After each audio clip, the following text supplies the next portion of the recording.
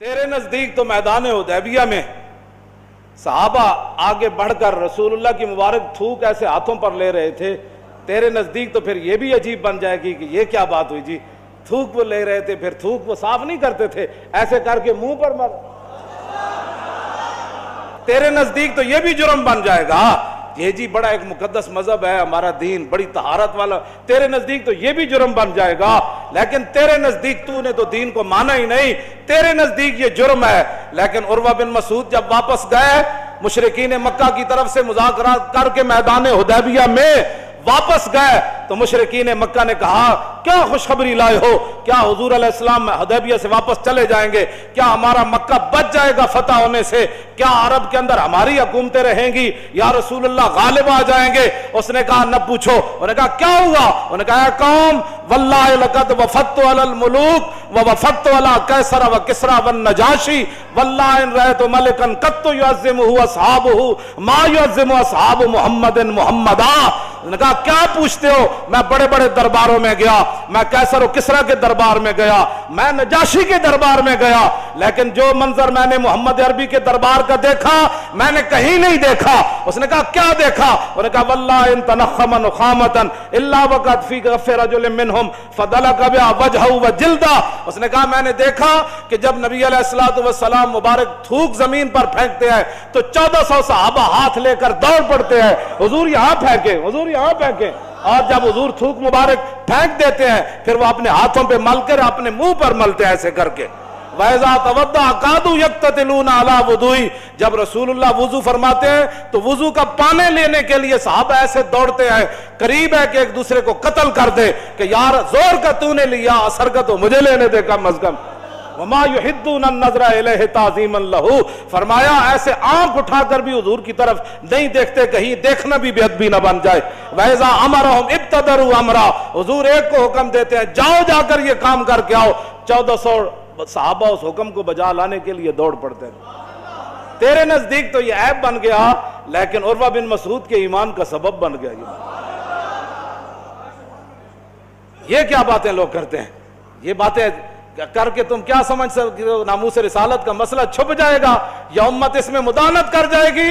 نانا امت زندہ ازاں کے ملت را حیات از عشق اوست اور برگو ساز کائنات از عشق اوست۔ اقبال کہتا ہے امت مسلمہ زندہ ہے، زندہ رہے گی، غالب ہے، اب کوئی بات نہیں، فرنگی را دل زیر نگی نیست، کیوں جی کوئی بات نہیں، یہ 4 دن امریکہ کر لے جو کرنا ہے۔ افغانستان کو لتاڑنے کے بعد ایک بندہ بھی اس کے قابو ایسا نہیں آیا جو کہے میرا ایمان لے لو مجھے پیسے دے دو، ایک بندہ بھی اس کے قابو میں نہیں آیا جو گوانتا نامو بے میں تم نے علماء کی داڑیاں مونڈ دی اور پتہ نہیں کیڑ پنجروں میں بند کیا جیسے حیوانوں کو بند کیا جاتا ہے، لیکن ان پنجروں میں وہ بند رہے، قرآن کی تلاوتیں وہاں بھی وہ کرتے رہے، ہاں اسلام کو وہاں بھی انہوں نام اقبال کہندا فرنگی را دل زیر نگی نیست، اقبال کہندا آج تک فرنگی ایک دل تے قابو نہیں پا سکے، ملکاں تے تھا جی ہاں متاعو ملک است تو دین است، انہیں کیا ہونا ملکاں تے قبضہ ضرور کیتا ہے لیکن دین تے قبضہ نہیں کر سکے۔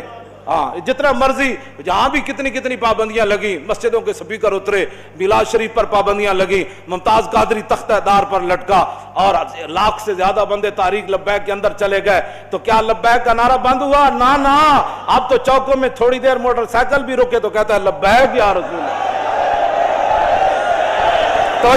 توجہ ہاں اقبال کہنا فرنگی را دل زیر نگی نیست متاعو ملک است و دین است، انہیں کیا اس تا متاع اتنا ہی ہے، عراق دے کنویں تے قبضہ کر لیا، تیل دے کنویں لین آیا سی تے قبضہ کر لیا، افغانستان دے خزانے تے قبضہ کرنا آیا سی خزانے لے کے چلا گیا، اور شام دے اندر جڑا کچھ ہوتے لوٹ مار سی امریکہ کر کے چلا گیا، لیکن پھر کیا لرزہ بر اندام ہے؟ اتنا ظلم مچانے کے بعد پھر امریکہ کیوں پریشان ہے؟ کیوں جی خدا بندے کے در تحفے حریمش۔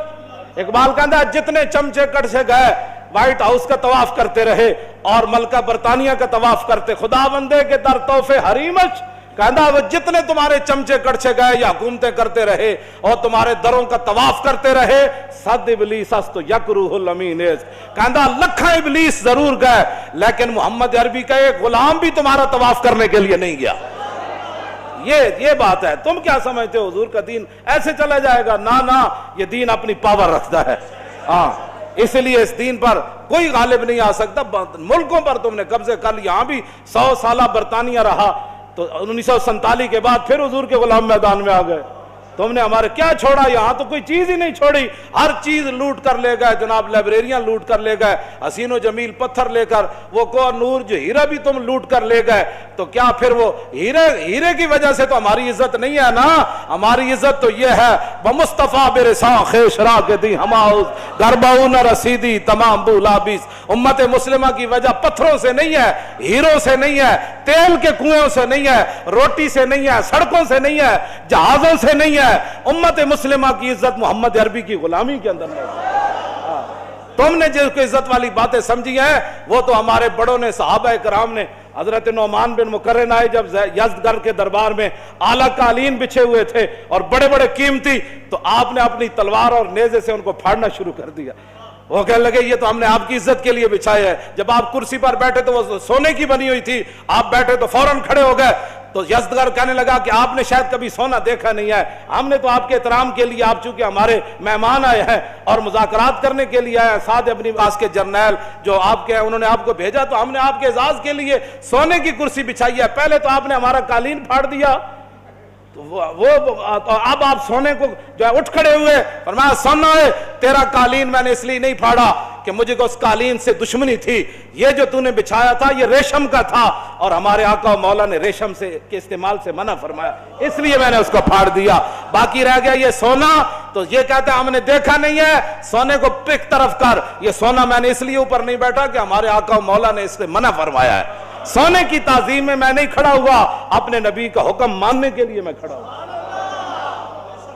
یہ ہے وہ باتیں جو اسلام کی ہیں. تو جنہوں نے نہیں پڑھا وہ یہاں بھی یور کر رہے ہیں, یہاں بھی امت مسلمہ کو گمراہ کر رہے ہیں اور گمراہی کی باتیں پھیلاتے ہیں. آپ اپنے کان بند کر دیں.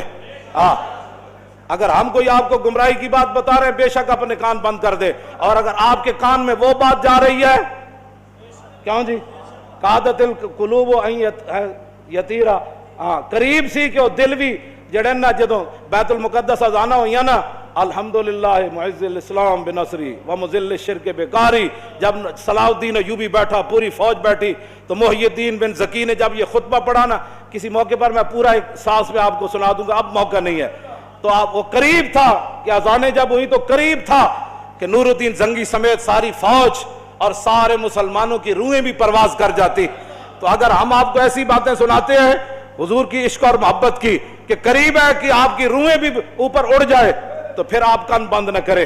اور وہ بندہ جو آپ کو ایسی بات سناتا ہے کہ در رسول سے دور کرتا ہے, پھر آپ کا حق بنتا ہے آپ اپنے کان بند کر دے. انہوں نے کہا پیچھے ہٹوئے, کوئی یار دی گل سنا ملا, نہ لمے پینڈے پا ملا, نہ علمہ وچ پسا مل. بس یہی بات ہے, یہی لبیک کا مقصد ہے. اگر کسی کو کوئی تکلیف ہے تو یہ تکلیف قرون اللہ سے لے کر آج تک تکلیف وہ جاری ہے. ہمارا پاس تھرمامیٹر نہیں ہے کہ اس کی تکلیف کا علاج کرے, وہ تکلیف تو رہنی ہے. جب تک حق اور باطل ہے تو وہ تکلیف رہنی ہے.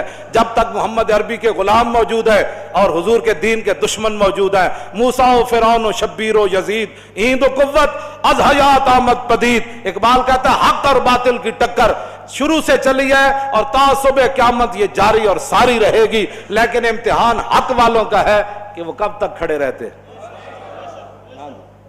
وہ جب کھڑے ہو جائیں گے تو پھر مدد ضرور آ جائے گی, اور اگر وہ بزدلی اختیار کریں گے تو پھر بزدل قوم کی مدد نہیں کی جاتی. ہاں جی, یہ تو حضور نے فرمایا بزدلوں کی رب کبھی بھی مدد نہیں کرتا. یہ تو غزوہ احد کے موقع پر حضور نے فرمایا بزدل بندے کی اللہ مدد نہیں کرتا. اور اس کے لیے پہلی شرط بھی یہ ہے, جنگ یرموک میں جب صحابہ کی لڑائی لمبی ہو گئی تو مسلمان خواتین نے صحابہ کو صرف مدینہ منورہ سے اتنا سارا ایک جملہ لکھا, لمبا خط نہیں لکھا, صرف اتنا ایک جملہ لکھا. فرمایا مسئلہ کیا بن گیا, اتنی لمبی لڑائی کیوں ہو گئی؟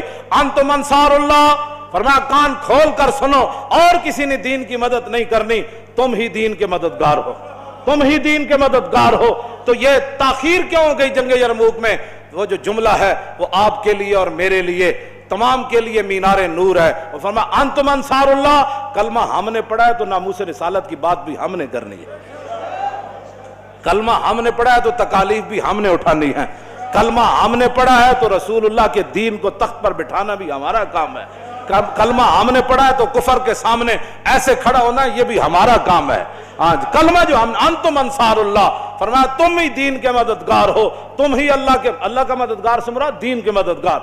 آخری جملہ یہ اپنے کانوں کے اندر اس کو ایسی جگہ دیں کہ ساری زندگی گھر میں بلب نہ لگے شام تک تو بیوی بندے کو گھر داخل نہیں ہونے دیتی, کہتی ہے تم کام مرے رہے, یہ تو اندھیرا ہے کچن میں روٹی کیسے پکاتی. چولہا خراب ہو جائے تو شام تک چولہا ٹھیک ہو جاتا ہے, اور مشین خراب ہو جائے تو مشین ٹھیک ہو جاتی ہے. مجھے آج تک سمجھ نہیں آئی, ہم لوگوں کے ذمہ کام لگاتے ہیں یہ کام کرو تو کہتے ہیں جی مجھے اور کام پڑ گیا تھا. مجھے بتا دین سے بڑھ کر اور کام کون سا تھا؟ گھر کے تو سارے کام تیرے چلتے ہیں, جب دین کا مسئلہ ہے تو کل پر ڈال دیتا ہے. حضرت سیدنا صدیق اکبر نے حضرت عمر کو جو وصیتیں کی نا لمبی چوڑی, ان میں سے ایک یہ بھی تھی, فرمایا عمر بہت سارے اللہ کے معاملات ہیں جو رات کو کیے جائیں تو وہ دن کو, رات والے دن کو قبول نہیں کرتا, دن والے رات کو قبول نہیں کرتا. مانا یہ تھا کہ دن والا کام تو نے رات پر نہیں ڈالنا اور رات والا کام دن پر نہیں ڈالنا. بہت سارے معاملات ایسے ہیں جو اللہ رات کو ہی قبول کرتا ہے اور دن والے دن کو ہی قبول کرتا ہے.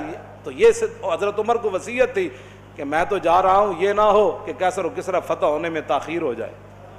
میں تو جا رہا ہوں, میں تو ہموار کر کے ساری زمین, یہ نہ ہو کہ حضور کا دین پھیلنے میں کوئی ایک لمحہ بھی تاخیر ہو جائے. ہاں یہ حضرت عمر کو صدیق اکبر نے فرمایا. آج دین کیوں نہیں تخت پر آ رہا؟ جس سے بات کرو وہ گھر کے لیے تو بڑا مخلص ہے, لیکن جب دین کی بات آئے تو کہتا ہے میرے پاس ٹائم ہی نہیں. میں آپ کے لیے دعا گو ہوں. بھائی دعا گو جن کا ہم کام کر رہے ہیں نا وہ دعا ہمارے لیے فرماتے ہیں. ہم نے تیرے لیے دعا کی درخواست نہیں کی, تو دعائیں کرتا رہے لیکن عملاً آنا میدان میں کام کر دین کا کام کرنا. کوئی نہیں تو صرف لبیک یا رسول اللہ کے چند بندے تو نہیں نا دین تخت پر لا سکتے. ہاں جی وہ تو آپ ہر بندے کا کام ہے کہ آپ جس طرح اپنے گھر کے ساتھ حساس ہے نا, اپنے بچوں کے لیے حساس ہے, دین کے لیے ایسے حساس بن جائے تو پھر دین آئے گا. یو چھڈو جی کل سے او چلو اجے تو ٹائم ہی کوئی نہ, بڑا ٹائم ہے, چلو خیر جائیں گے تو کہیں گے میرے پیٹ میں درد تھا اس لیے کام نہیں کیا. تو یہ عذر آپ میرے سامنے تو کر سکتے ہیں نا. اقبال کہتا لرزم از تو شرم چو روزے شمار, پرصدت آب روئے روزگار, حرف حق حضرت ماں بردئی پس چرابا دیگرانہ سپردئی. اقبال کہتا ہے جب میں قیامت کا تصور کرتا ہوں تو پانی پانی ہو جاتا ہوں, لرزہ پر اندام جا ہو جاتا ہوں, کانپنا شروع کر دیتا ہوں. کیوں؟ کہا کہ قیامت والے دن جب رسول اللہ نے پوچھ لیا کہ اقبال اس دین کے لیے تو میں بدر سے لے کر تبوک تک گیا, میں نے 13 سال مکے میں گزارے, اور بتا لوگوں نے مجھے یہاں پتھر مارے, میرے چچا جان کے جگر اور کریجے نکالے اور سارے معاملات ہوئے, بتا تو نے میرے دین کے لیے کیا کیا؟ ایک سوال ہی کافی ہے امت کے لیے. تو کیا کہے گا امتی پھر, کیا عذر کرے گا؟ آذا یوم لا ینطقون ولا یوزرنہم فیاض. سورہ مرسلات کے اندر اللہ نے فرمایا وہ دن وہ ہوگا جس دن کسی کو بولنے کی اجازت نہیں ہوگی. ایسے تو لوگ بڑھ بڑھ کر دیں نا, وہاں تو زبان پر مور لا دیجئے. اور ولا یوزن لہم فیعتذرون, اور یہ بھی اجازت نہیں ہوگی کہ بندہ معذرت کرے کہ نہیں جی میرے پیٹ میں بڑا درد تھا اس دن. معذرت بھی نہیں, بولنے کی بھی اجازت نہیں. بتاؤ پھر قیامت والے دن حضور کے سامنے کیسے پیشی ہوگی؟ اللہ کے سامنے. اس دین تو اللہ نے اپنے حبیب کو عطا فرمایا. اس دین کے لیے کوئی کیا کر رہا ہے یہ مجھ سے سوال نہ کرے, اپنے آپ سے پوچھے کہ میں دین کے لیے کیا کر رہا ہوں, اور میں دین کے غداروں کے ساتھ کتنا بیٹھ کر دین کی مخالفت کرتا ہوں, اور میں دین کے غداروں کے ساتھ بیٹھ کر ناموس رسالت کر کیا بک بک کرتا ہوں. یہ ساری باتوں کا یہ آپ نہ کہیں کہ یہ تو لکھا جا رہا ہے نا, یہ اقرا کتابک کفا بنفسک الیوم علیک حسیبا, بس یہ کتاب ہی دی جائے گی, پڑھ لے, ہمیں بتانے کی ضرورت نہیں, تو خود پڑھ لے. آج اس دن سے ڈرو جس دن کتاب لیتے ہوئے بھی ووضع الکتاب فتر المجرمین مشفقین مما فی, جس دن مجرم ڈریں گے اوہ اس کے اندر تو لا یغادر صغیرۃ ولا کبیرۃ الا احصاها, وہ کہو اس میں تو چھوٹی سی چھوٹی چیز بھی لکھی ہوئی ہے, بڑی سے بڑی چیز بھی لکھی ہوئی ہے. تو اپنے آپ کو بدلو. یہ صرف تقریریں سننا کوئی مقصد نہیں ہے. حضور کے دین کو آگے لاؤ, آگے منہ آ گیا تو آگے کی طرف چلو, پیچھے کی طرف بس چلو. ہاں جی منہ آ گیا تو آگے کا سوچو کہ حضور کے دین کو ہم نے تخت پر کیسے لانا ہے. وہ جملہ پھر رہ گیا, وہ مکمل ہی ہو جائے. انتم انصار اللہ, کیا کہا جی؟ انتم انصار اللہ, تم ہو اللہ کے مددگار. صحابہ کو صحابیات نے خط لکھا مدینہ منورہ سے جنگ یرموک میں, فرمایا انتم انصار اللہ, تم ہو اللہ کے مددگار. کان کھول کے سنو, واللہ ینصر من نصرہ, اللہ اسی کی مدد کرتا ہے جو پہلے اللہ کی مدد کرتا ہے.